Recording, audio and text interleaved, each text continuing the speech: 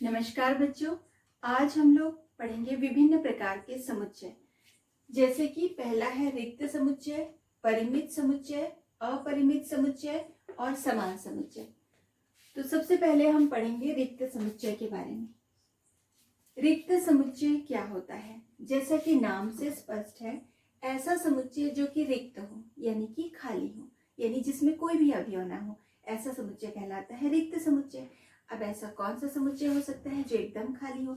जैसे अगर मैं कहूँ कि किसी प्राथमिक शाला में कक्षा 11वीं में पढ़ने वाले विद्यार्थियों का समुच्चय, तो प्राथमिक शाला में कक्षा 11वीं होती नहीं है, कक्षा 11वीं में कोई विद्यार्थी नहीं है, तो ऐसे समुच्चय को हम कह सकते हैं रिक्त समुच्चय।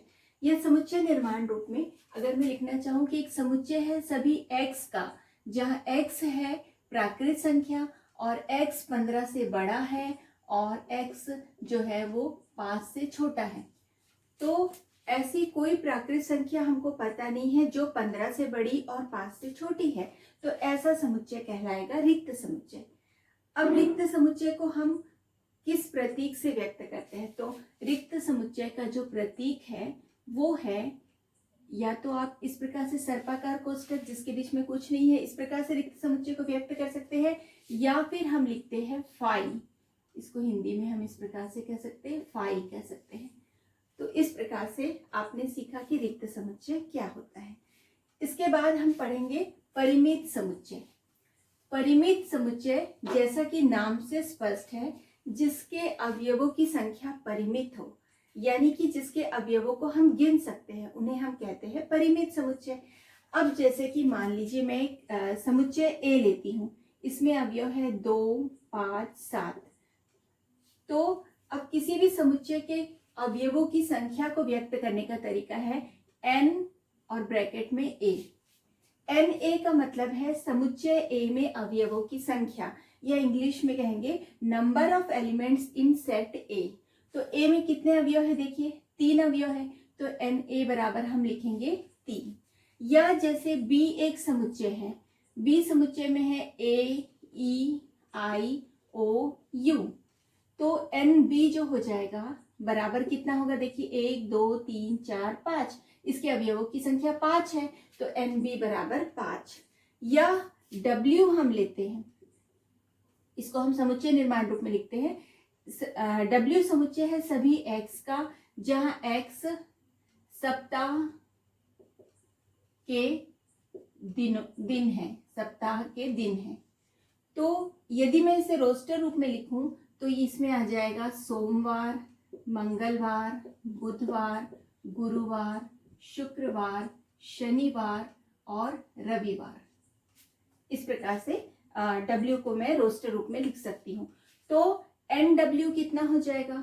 NW बराबर हो जाएगा 7। तो इस प्रकार से ऐसे सारे समुच्चय जिनके अवयवों को हम गिन सकते हैं, माने समुच्चय के अवयवों की संख्या सीमित होती है, ऐसे समुच्चय कहलाते हैं परिमित समुच्चय। अब इसके बाद आता है अपरिमित समुच्चय।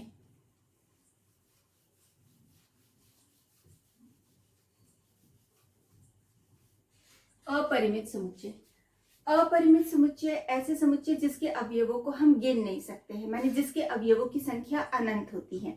जैसे कि प्राकृत संख्याओं का समुच्चय, इसमें हम लिख सकते हैं 1, 2, 3, 4, इस प्रकार से लिख सकते हैं। या फिर पूर्णांक संख्याओं का समुच्चय 0, 1, 2, 3, इस प्रकार से लिख दीजिए। यहाँ -1, -2 लिख दीजिए, इस प्रकार से अनंत तक जाएगा।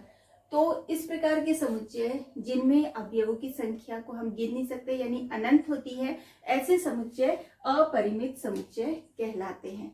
इसके बाद है बच्चों चौथा नंबर का, वो है समान समुच्चय। तो जैसा कि नाम से स्पष्ट है कि दो समुच्चय समान कहलाते हैं यदि उनके अवयव समान हो, या फिर हम कह सकते हैं कि a के सारे अवयव b में हो और b के सारे अवयव a में हो, तो हम कहेंगे कि a और b समान समुच्चय हैं। जैसे कि हम मान लीजिए a बराबर लिखते हैं 2, 5, 7, 9 और b बराबर लिखते हैं 7, 5, 2, 9। तो हम देखते हैं कि a के सारे अवयव b में है और b के सारे अवयव a में है, तो हम लिखते हैं कि समुच्चय a और b समान है, यानी A बराबर B। या एक और एग्जाम्पल ले लेते हैं, जैसे कि मान लीजिए P लेते हैं, इसमें आता है 2, 4, 6, 8, 10।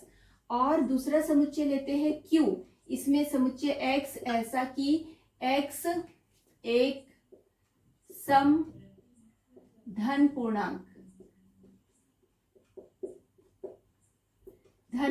है और X जो है वो लेस देन और इक्वल टू 10 है।